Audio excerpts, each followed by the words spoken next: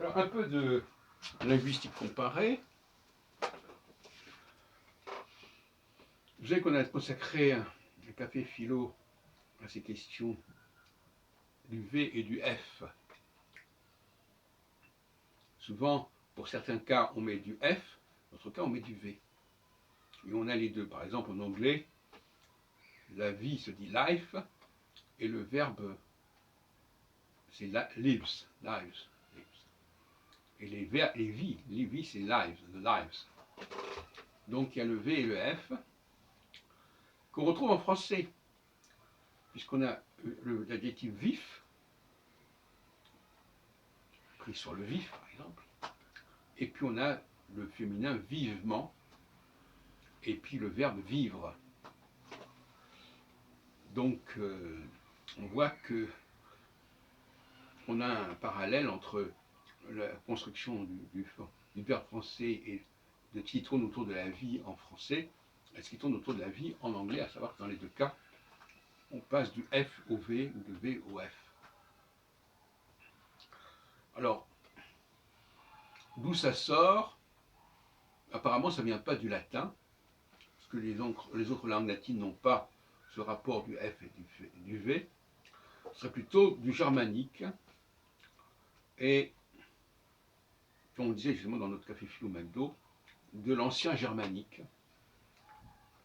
qui serait une des clés quand même de la langue française, pour certains aspects. Et c'est ce qui fait que le français n'est pas une langue latine comme les autres. À bien des titres, elle se rapproche plutôt de l'allemand que de l'italien.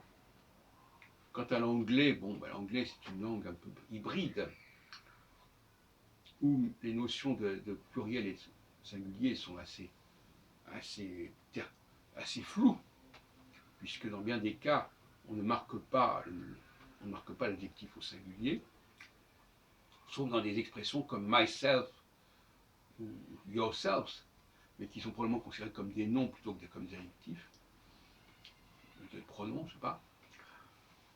Mais oui, klein, kleine, petit, petite, tout ça, ça n'a rien à voir avec le latin, et avec l'italien, l'espagnol ou autres langues, ni même d'ailleurs avec l'hébreu.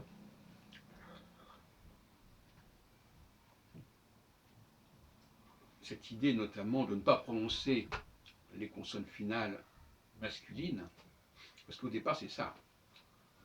On dit qu'on ne prononce pas en français les consonnes finales, mais c'est essentiellement marquant pour le rapport entre le masculin et le féminin. Le masculin ne prononce pas les consonnes finales du féminin. Bon, maintenant que ça s'applique aussi à des noms, etc., mais au départ, c'est un marqueur de différenciation. Ce n'est pas simplement une fantaisie lexicale. Et comme je l'ai fait remarquer à nos amis, plusieurs reprises, la question, c'est la tradition de la prononciation.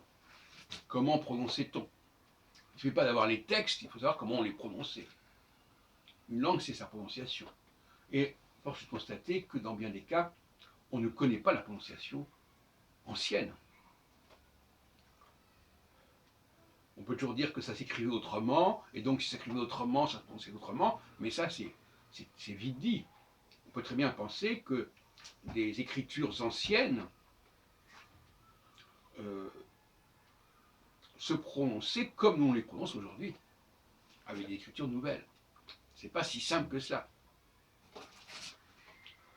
Et force est de constater que le français aurait conservé une tradition orale des langues germaniques, puisque la grande qualité du français est d'avoir conservé les traditions orales, les codes oraux, mieux que d'autres langues, pas totalement, mais mieux que d'autres langues, et qu'il faudrait s'en référer au français pour comprendre la prononciation correcte de l'allemand, par exemple.